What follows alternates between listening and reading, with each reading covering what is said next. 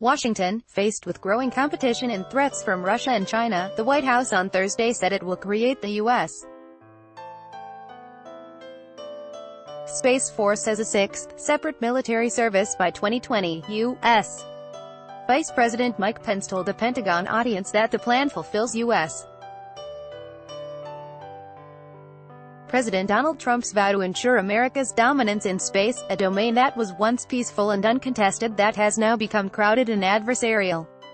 Vice President Mike Pence announced plans Thursday for a new, separate U.S. Space Force as a sixth military service by 2020 to ensure America's dominance in space amid heightened competition and threats from China and Russia.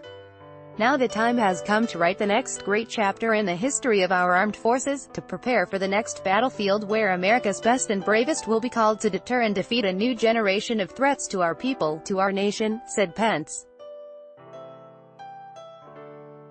The time has come to establish the United States Space Force. Trump marked Pence's announcement with a tweet, "Space Force all the way." Trump has called for a separate but equal Space Force, a complicated and expensive move that requires congressional approval. On Thursday, Pence said that the administration will work with Congress on the plan, and will outline a budget next year.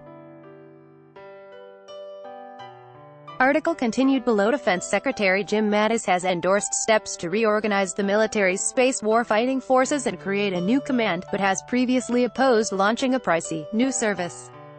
A new branch of the military would require layers of bureaucracy, military and civilian leaders, uniforms, equipment and an expansive support structure. Read more. Unclear path for Trump's Space Force proposal. Trump may want a Space Force, but the Pentagon has a different idea. Trump announces plans for Pentagon to create U.S. Space Force. U.S. Vice President Mike Pence speaks during an event on the creation of a United States Space Force at the Pentagon on Thursday. Pence told a Pentagon audience that the plan fulfills U.S.